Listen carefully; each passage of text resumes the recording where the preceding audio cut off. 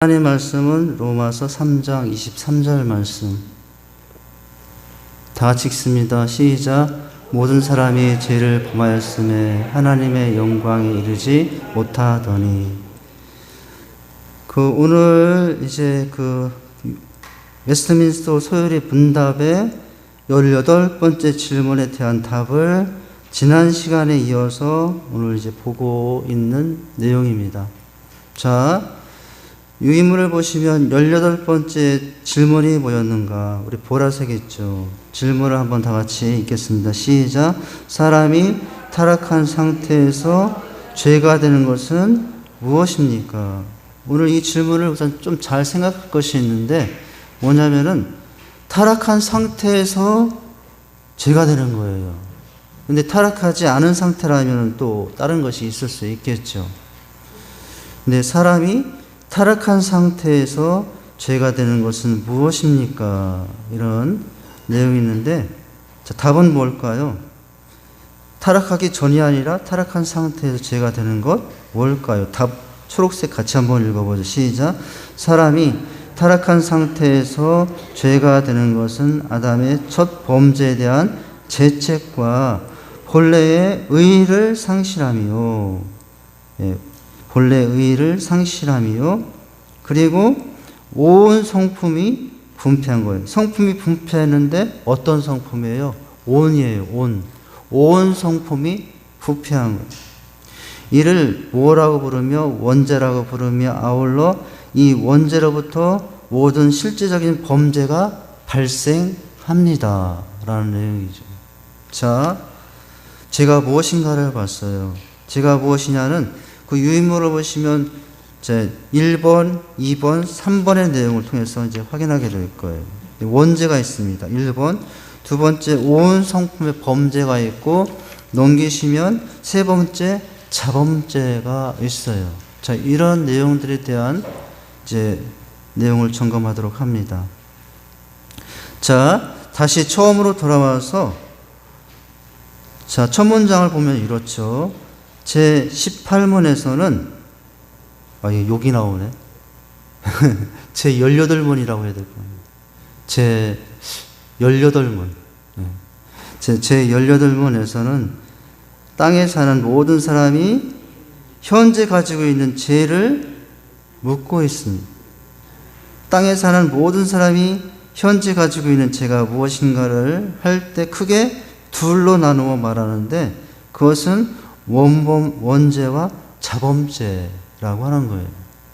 자, 그렇다면은 사람이 타락한 상태에서 죄가 뭐냐? 여러분, 사람이 타락한 상태에도 있었고, 그렇다면 사람이 타락하지 않은 상태도 있었습니까? 있었죠. 아담이 선악과를 따먹지 않았을 때는 타락하기 전이었죠. 그런데 그 후에 아담이 선악과를 따먹고 그 아담의 죄가 모든 사람의 죄배통을 가지고 전가받은 우리는 죄인이 되었어요. 타락한 상태에서 짓는 죄 첫 번째는 이제 두 가지를 볼 때 원죄와 자범죄인데 첫 번째 우리가 보는 것이 원죄예요. 신학자들이 우리의 첫 조상인 아담과 하와가 지은 죄를 원죄라고 왜 원죄라고 부르게 되었느냐는 거죠. 자, 첫째는 뭡니까? 첫째는 인류의 원뿌리에서 나온 죄이기 때문에 원죄예요. 둘째는 사람이 태어난 뒤에 이 세상에 있는 죄악을 보고 배워서 자기도 그것을 흉내내고 그 악을 저지르는 것이 아니라 뭐예요? 배워서 저지르는 것이 아니라 흉내내서 저지르는 것이 아니라 날 때부터 타고나기 때문에 그래서 타고난 죄 원래부터 속에 있던 죄라고 해서 원죄라는 것이죠. 네. 원죄는 그런 거예요. 그러니까 우리가 죄인이 된 것은 내가 죄를 지어서 죄인이 된 것이 아니라 원래 죄인이기 때문에 죄를 짓는 내용의 모습이에요. 자, 그렇지만 주의할 것은 뭐예요?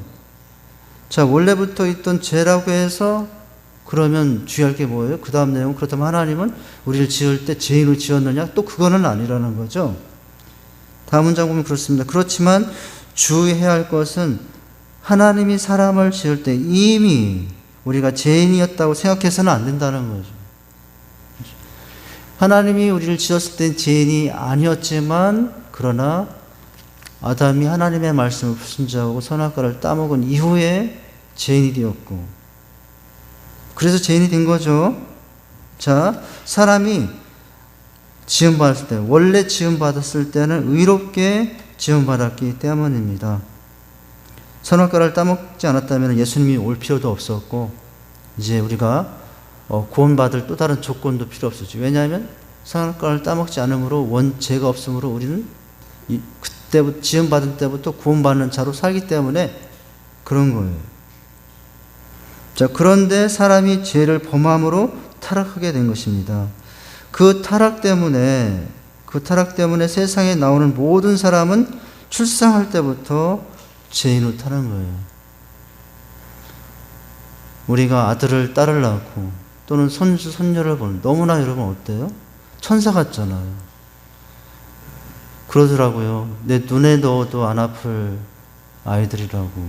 여러분 눈에 자그마한 먼지 하나만 들어가도 얼마나 아픈 줄 몰라요. 그런데 그 큰 아이들 내 눈에 든다고 생각하면 얼마나 아프겠어요. 그런데 얼마나 그 자녀를 사랑하면 눈에 넣어도 안 아플 아이라고 할까요? 그런데 그 아이들도 태어날 때 죄성을 가지고 태어난다는 거예요. 이게 인간이 타락한 이후에 인간이 처하게 된 현실이에요. 한때 그런 생각하죠. 결혼하지 말아야지. 내가 결혼해서 낳으면 내가 태어날 들이 다 죄인이 되는데, 내가 낳을수록 죄인을 낳게 될 텐데, 내가 이 땅에 죄인을 한 명도 안 만들기 위해서는 결혼하지 않는 게 최선의 방법이야. 청년 때 잘못하면 저 결혼 안 할 뻔했네. 이런 생각을 가지고 계셨더라고요. 근데 이제 또 하나님의 은혜가 있어서,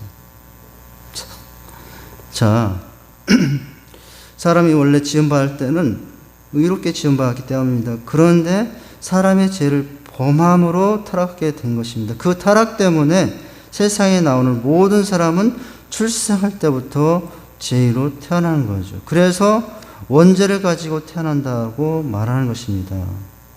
자, 왜 원죄라고 부를까? 셋째는 뭡니까? 첫째, 둘째를 봤고요. 셋째는 이 죄가 자기 스스로 짓는 자범죄라고 하는 죄의 근원이 되기 때문에 원죄라고 불러요. 그리고 이 원죄를 구성하는 요소가 세 가지예요. 자, 이제 이유는 세 가지였죠. 첫째, 둘째, 셋째.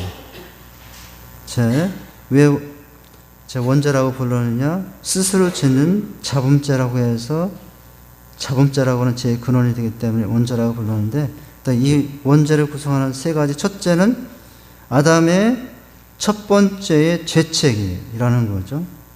아담의 첫 번째의 죄책, 즉 모든 사람이 아담의 범죄에 함께 동참함으로 인하여 유죄 판결을 받아 죄의 책임을 져야 한다는 의미예요. 법정에서 유죄 판결을 받은 것과 마찬가지 상태가 된 것이죠. 모든 사람이 이 아담의 죄책이 있습니다. 원죄를 가지고 있는 거예요. 자, 원죄를 구성하는 요소가 세 가지인데, 첫째는 이와 같았고, 둘째는 근본적인 의로움이 없는 것. 곧 하나님이 사람을 창조하셨을 때에 소유하셨던 그 의로운 것이 없어졌다는 것이죠. 하나님이 사람을 처음에 창조했을 때는 조금도 무엇이 없었어요? 흠이 없었죠. 그릇된 것이 없고 아주 바른 성품을 가지고 태어났죠. 죄가 없었으니까. 그런데 범죄한 후에는 그것이 없어지고 말았습니다. 그리고 마지막으로 성품이 부패되었는데, 온 성품이 부패되는 거예요. 절반의 성품, 아니면 성품의 3분의 1, 성품의 10분의 1이 아니라 온 성품, 모든 성품이 부패하게 되었다는 것입니다. 이것은 실질적인 죄의 오염을 말하는 것이에요. 이 성품의 오염을 다른 말로 전적인 부패, 전적인 부패라고 부릅니다. 네. 이것이 인간의 상태예요. 자, 하나님을 떠나 하나님의 말씀을 불순종하고 사는 인간의 부패가 어떠냐? 예. 근데 어느 정도 부패예요? 말씀해 보니까 부패했는데 팔만 부패했다고 나오나요? 다리만 부패했다고 나오나요? 온 전적인 부패했다고 나와요. 예. 이게 이제 타락한 인간의 형편이에요. 이것을 깨달아야 돼요. 이것을 깨달아야 누구를 만날 수 있냐면 예수님을 만날 수 있어요. 나는 아무것도 성한 것이 없습니다. 내 온 모든 곳곳이 성한 것이 없습니다. 하나님, 제 모습을 보면 저는 머리에서 발까지 죄뿐입니다. 말하는 게 죄고, 생각하는 게 죄고, 행동하는 게 죄고. 이게 이제 전적인 부패에 대한 깨달음이거든요. 근데 우리는 이 깨달음까지 가야 돼요. 전적인 부패한 존재라는 것을 늘 겸손하게 인정할 수 있어야 돼요. 그래야 너무 전적인 은혜에 돌아갈 수 있거든요. 전적인 부패에서 이제 우리는 저 밖엔 사람은 그것으로 끝이라면은 절망이에요. 그냥 끝이에요. 전적인 부패. 그런데 우리에게는 그 전적인 부패가 끝이 아닌 것은 너머의 마지막에 무엇이 있기 때문에 그래요? 같은 표현의 형태를 보면 전적인 은혜가 있기 때문에 그래요. 전적인 부패에 너무 우리가 그것을 늘 겸손하게 볼 수 있어야 되지만, 그러나 전적인 부패에서 전적 타락, 그리고 전적 은혜.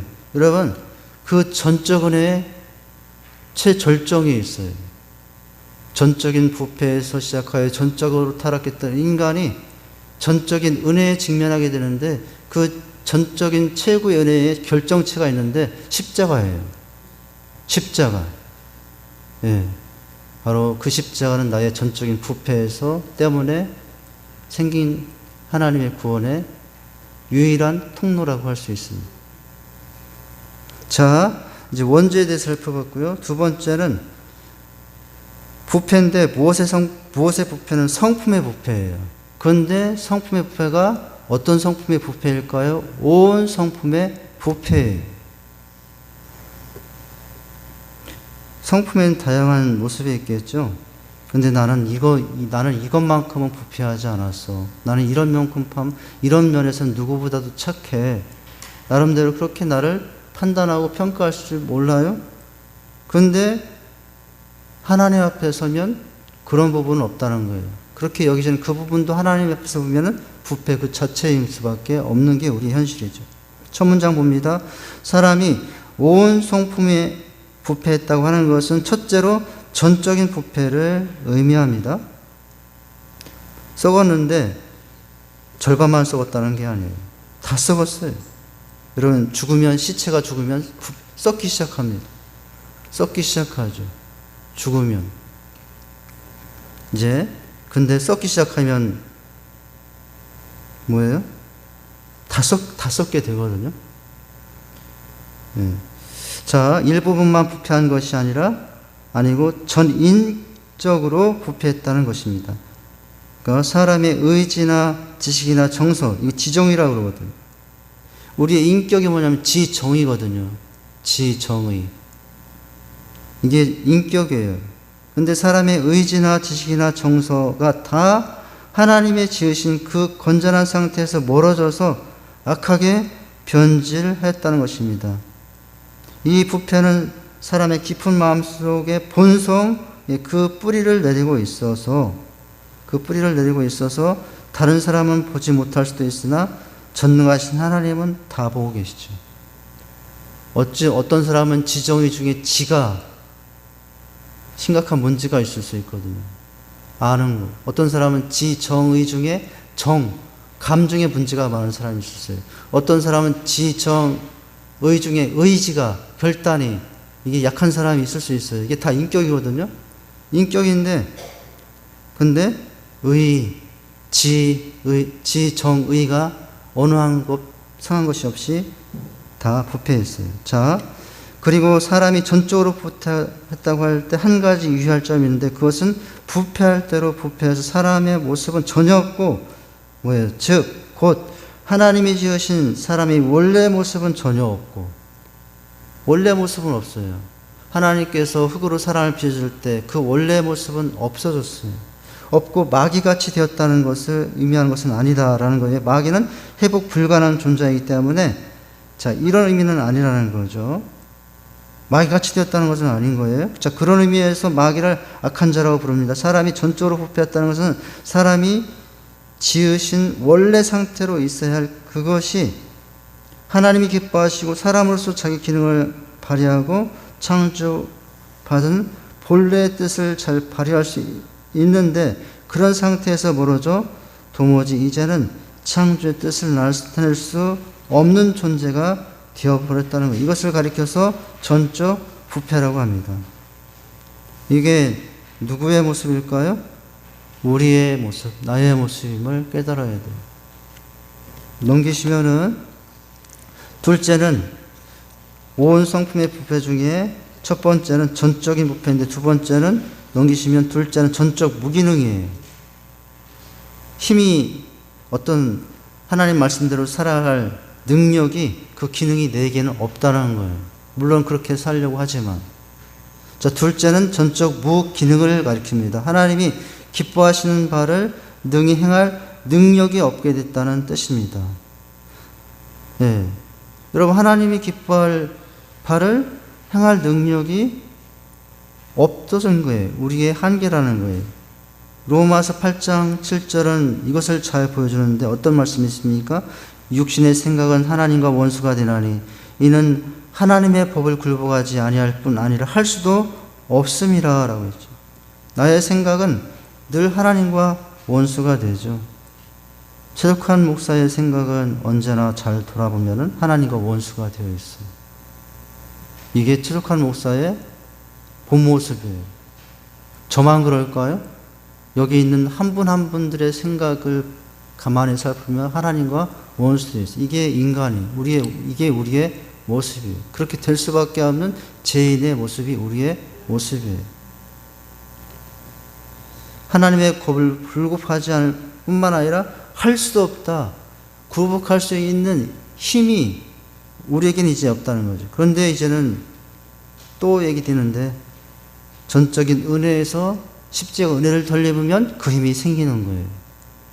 하나님의 구원의 은혜를 받아 예수 그리스도의 십자가의 보혈로 은혜 받으면 그 구원받은 감격에서 그것을 이길 힘이, 또 그 은혜에서 그 이길 힘이 생기게 되는 거죠. 그래서 우리가 어떤 말씀이냐면은, 이제는 죄를 안 짓고 살 수가 없던 전적인 부패한 것이 우리의 모습이었는데, 이제 예수 안에서는 어떤 가능성이 생겼어요? 죄를 안 짓는 것이 불가능한 우리였는데, 이제는 어떤 가능성이 생겼어요? 죄를 안 지을 수 있는 가능성이 생긴 게 누구 안에서의 삶이에요? 예수 안에서의 삶인 거예요. 죄를 전혀 안 진다는 것이 아니에요. 이제는 누구 때문에 죄를 안 지을 가능성이 생겼어요? 예수님 때문에. 이건 천지차이예요. 죄를 안 지을 수 없는 전적인 무능의 상태에 빠진 것과 죄를 안 지을 가능성이 생긴 것은 천지차이예요. 우리는 이 안에 들어온 거죠. 육신의 생각은 하나님과 원수가 되나니 이는 하나님의 법에 굴복하지 않을 뿐 아니라 할 수도 없습니다. 사람이 마땅히 창조주 하나님의 법에 잘 굴복하고 순종하고 살아야 할 텐데, 그렇게 하지 않고 또한 할 수도 없다는 말입니다.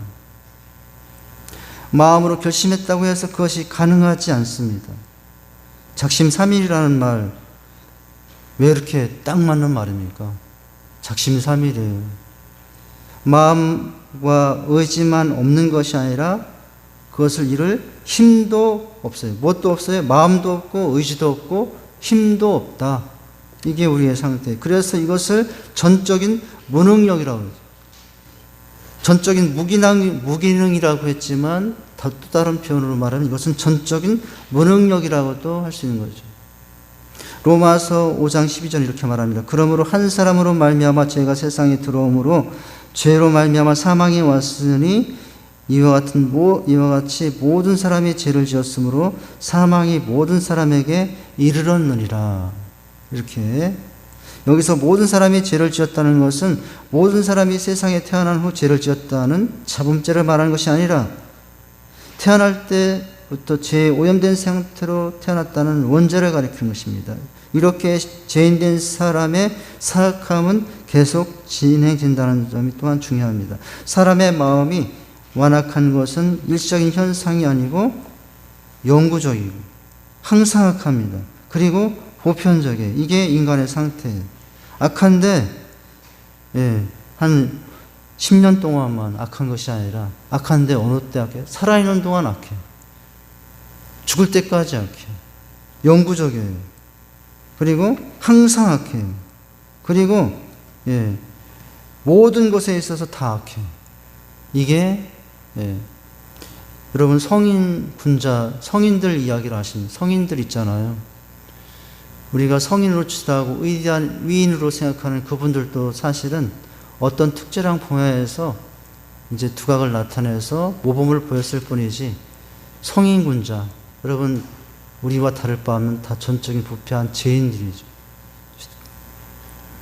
세종대왕, 이순신 장군, 나름대로 어떤 분야에서는 성군이요 위대한 업적을 이룬 사람이지만 본질상 들어가면 다 죄인일 수밖에 없죠. 보편적인 거예요. 항상 악하고 항상 영구적입니다. 모두 악합니다.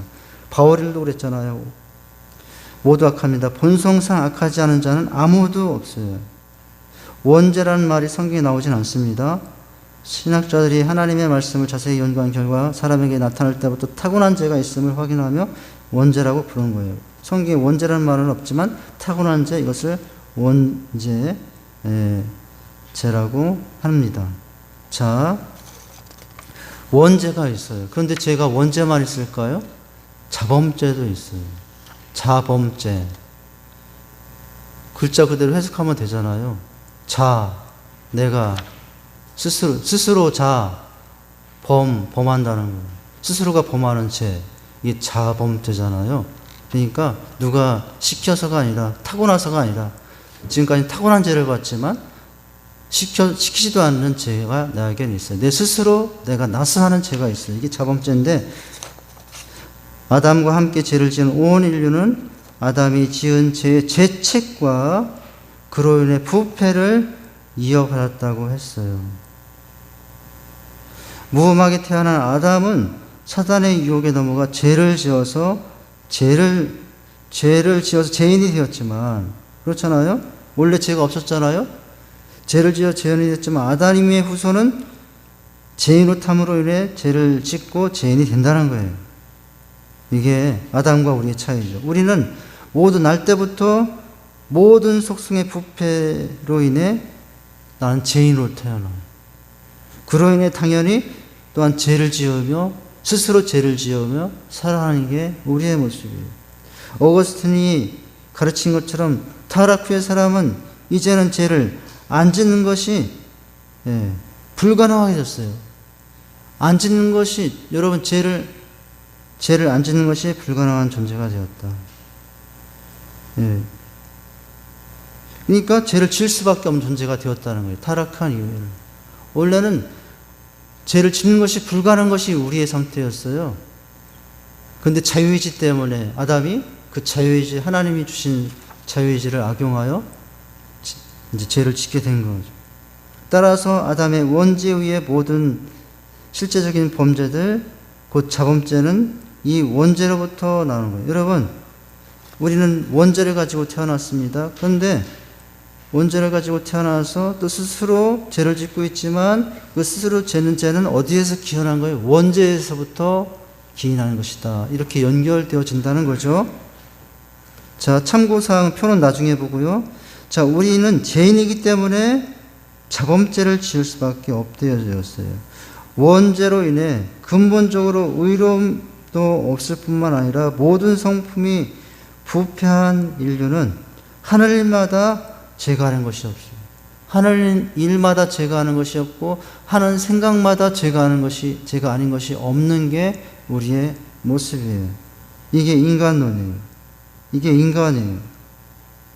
자, 마태복음 15장 19, 20절에 마음에서 나오는 것은 악한 생각과 살인과 간음과 음란과 도둑질과 거짓과 비방이니 이런 것들이 사람을 더럽게 하는 것이다. 여러분, 이 안에 다 최석한 목사가 이 내 안에서 갖는 게 다 들어있어요. 어떻게 최석한 목사의 내면을 이렇게 부끄럽게 다 기록해 놓는지 모르겠어요. 이게 누구의 모습이면 저의 내면이에요. 내 안에 악한 생각이 왜 이렇게 많은지, 내 안에 살인이 이렇게 많은지, 내 안에 간음이 이렇게 많은지 모르겠어요. 내 안에 음란이 많아, 너무. 내 안에 도둑질이 많아. 거짓과 비방이 내 안에 차고 넘쳐요. 다들 목사님만 그렇다고 생각하시면 쳐다보는 것 같은데. 다 누구의 얘기예요? 나의 얘기, 나의 얘기, 나의 얘기. 자, 이렇게 기록하였습니다. 이게 이제 자범죄 안에 갇혀있는 인간의, 원죄와 자범죄 안에 갇혀있는 인간의 한계이고 인간의 절망이에요. 자, 그런데 참고를 보고 마치죠. 우리는 이 참고를 보면서 이제 은혜를 생각할, 이런 게 원래 나였는데 이 참고표에 우리에게 소망이 있게 된 거예요. 여러분, 타락 전에 사람이 있어요. 타락 후에 사람이 있어요. 거듭난 사람이 있어요. 영화된 사람이 있어요. 이게 우리가 지금 이 안에 들어와 있는 거예요. 할렐루야. 우리가 지금 이 안에 들어와 있다는 게 얼마나 감사한 줄 몰라요. 원죄와 자범죄로 인해서 온갖 죄투성이고, 온갖 음란투성이고, 온갖 간음이 내 안에 가득하고, 온갖 내 안에 도둑질과 비방이 가득한 것이 내 안인데, 이 최 목사 안에 모습이거든요. 그런데 여러분, 그럼에도 불구하고 우리는 타락 전의 사람에서 타락 후의 사람 때문에 절망하지만, 그러나 그 다음부터는 나는 어떤 사람? 거듭난 사람, 영화된 사람으로 가는 그 과정에 누가 있기 때문에, 누가 이렇게 인도해 주기 때문에? 성부, 성자, 성령 하나님이죠, 물론. 예수 그리스도의 십자가 은혜로 이런 은혜를 덧입기 때문에. 저 타락 전에는 어땠어요?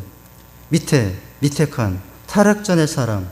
죄를 짓거나 안 짓는 것이 가능했죠. 여기만도 좀 괜찮아요. 그런데 타락 후의 사람은 뭐예요? 죄를 안 짓는 것이 불가능했었어요.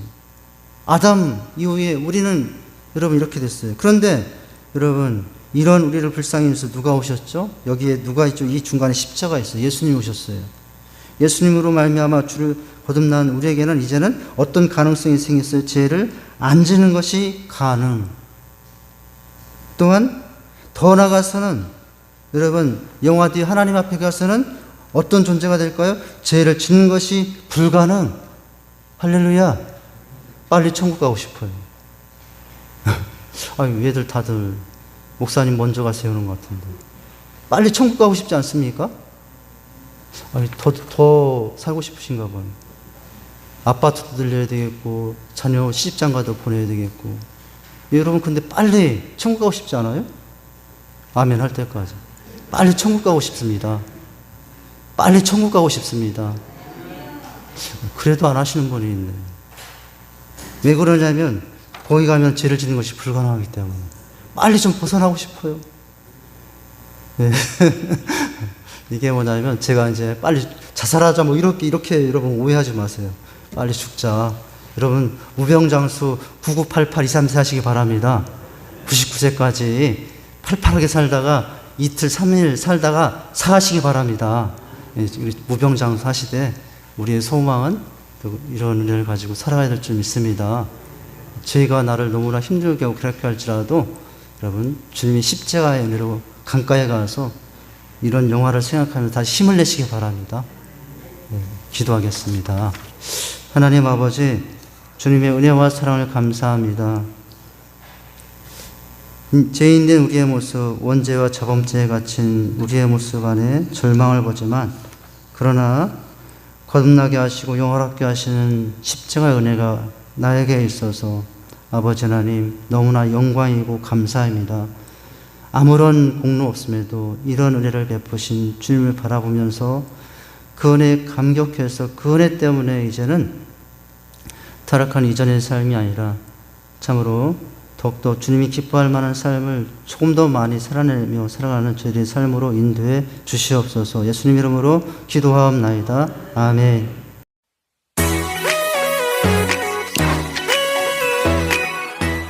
사람은 악마가 될 수도 있고 천사가 될 수도 있는 중간적인 존재라고 파스칼은 인간됨을 설파한 일이 있습니다.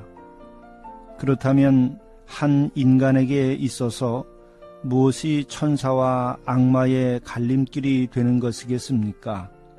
그것은 사랑입니다. 사랑의 에너지를 가지고 삶의 관계를 만들어가면 천사가 되고, 무관심과 증오를 가지고 관계를 맺어가면 악마가 됩니다. 이것은 모든 생명체에 깃든 하나님의 섭리입니다. 난초도 기르는 사람의 사랑을 듬뿍 받으면 잘 자랄 뿐 아니라 아름다운 자태를 드러냅니다. 젖소도 주인의 사랑을 충분히 받으면 잘 자라고 또한 젖을 잘 냅니다. 토사견도 주인의 사랑을 잘 받고 자라면 집을 지키는 충견이 되지만, 식용을 위해서 철창에 가두어 놓고 살찌기만 기다리는 경우엔 두려운 살인견이 됩니다. 인간 역시 그러합니다. 사랑을 충분히 받으면 좋은 품성을 지니고 잘 자라게 됩니다. 그리고 그 사랑의 마음으로 이웃을 도우며 천사의 길을 가게 됩니다. 이것은 사람이 모여서 만들어진 사회 차원에도 마찬가지입니다. 한 사회의 풍토가 사랑이 마르지 않고 서로를 살리고 키우는 힘이 있을 때에는 그 사회는 건강하고 잘 자라나게 됩니다. 그러나 한 사회가 사랑이 식으면 세상은 죽음을 향해 치닫게 되고 악마화됩니다. 그래서 종말엔 사랑이 식게 된다고 합니다. 사랑, 그것이 인간을 천사처럼 아름답게 하며 우리를 살리는 힘이 됩니다.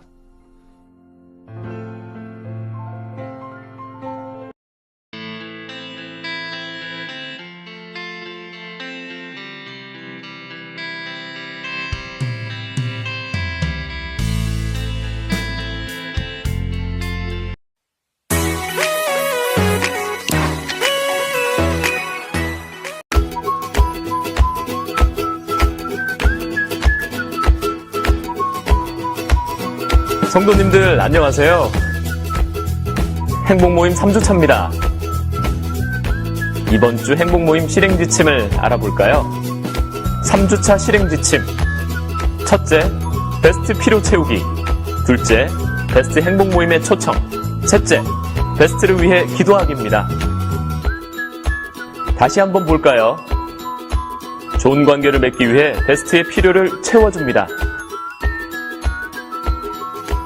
A타입 베스트는 3주차부터 행복모임에 초청합니다.